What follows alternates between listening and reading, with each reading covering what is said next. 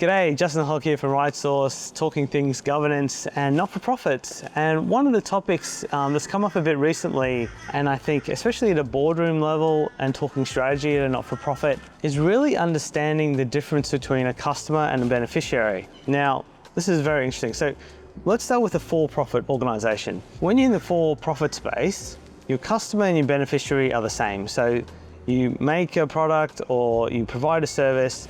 The person who comes and pays for that service is the one who receives the benefit of that service or product. So your customer and beneficiary are exactly the same person.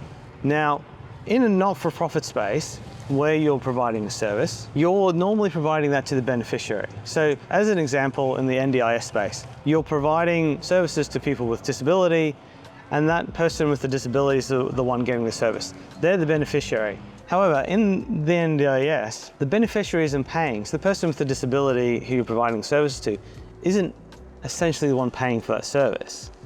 It's the government or the NDIA that is paying for your organization to provide that service to the beneficiary. So there is a difference between the two.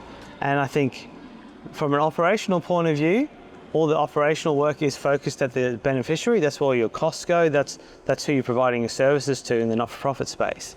But your customer, in this instance in the NDIS, is actually the government. Now, when you start thinking about that, do you treat the government like a customer? Do you treat them, are you interested in how you're performing? Do you seek their feedback? Are you looking to provide and communicate to the government the service that you're providing? Or are you simply, as a not-for-profit, looking for them to fund your activities? Now, when I've been involved with not-for-profits that have gone back to the government as an example and asked them, how are we performing? Could we do something better? It really changes the dialogue that's happening. Now, another example of that from a government point of view, because NDIA is a very large organization, where you get government grants for certain activities, because it's still out there and you still definitely get those. The ability to go back to the government and treat them like a customer and go, well, this is the service, this is what you're asking us to do, and this is what you're paying us to deliver.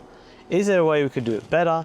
Is there something we could do differently? Is there something else that you need help with that maybe we can help with?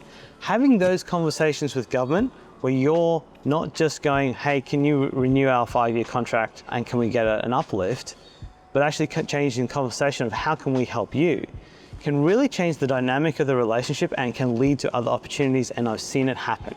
So it's a very interesting concept to start thinking about. Now, if you continue to extend that concept of customer and beneficiary, your donors in a not-for-profit space, again, they're contributing to your organization through giving you funds. They are essentially a customer of your not-for-profit as well. So for the funds that they provide your organization, what is it that you're providing them? It's not the tax deduction. That's nice, but that's not what they're paying you the money for. What donors are interested in is the impact that your organization is providing. That's what they want to be part of. They want to be part of the story. They want to be part of helping people find a home, having food to eat, escaping domestic violence, a cure for cancer.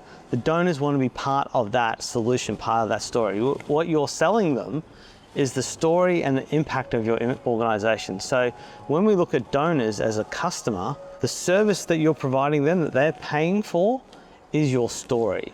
So this is why it's really important as a not-for-profit to have mechanisms of communication back to your donors, to have social media, to have ways that you are communicating back to donors and potential donors who might be potential customers, what it is your organization does, the impact that you make, and the story and the ongoing engagement of that story. It also, very importantly, isn't about how much of the donor's money goes to operations or how much is spent on capacity within the not-for-profit. Donors don't really care. When you actually go back and you look at some of the surveys of donors, most donors don't actually care about how much is spent on overheads. This is a conversation that is more media-driven and probably more driven by the not-for-profits themselves. What donors are interested in is, if I give $1, what impact does that make? Does it give 2 meals? Is it, it can get someone's laundry washed? Is it being able to take someone out with a disability to the park? What does that dollar do? What impact does that dollar make? That's what a donor is interested in, because that's part of the impact and part of the story. So boiling this down a little bit, you've got customer beneficiary. In a not-for-profit, really what that equates to is your beneficiary is your operating costs. So that's what you're spending money on, is the people who are receiving or the areas that you're doing the work. They're your operating costs. They're the costs of the organization. Your customers are the revenue. And quite often we focus, especially at budgets, at board meetings, we're always focused on operating costs and how we can do that better or what we're doing. But we tend to feel like we don't have any control over revenue because it's just what we get given. But really, if you start looking at customers as your revenue side, it's how do you engage your customers? How do you sell to them? That's what's going to give you control over revenue. And ultimately, that's going to allow you to make sure your not-for-profit is sustainable, it endures, and that it actually builds its capability to do more for its beneficiaries.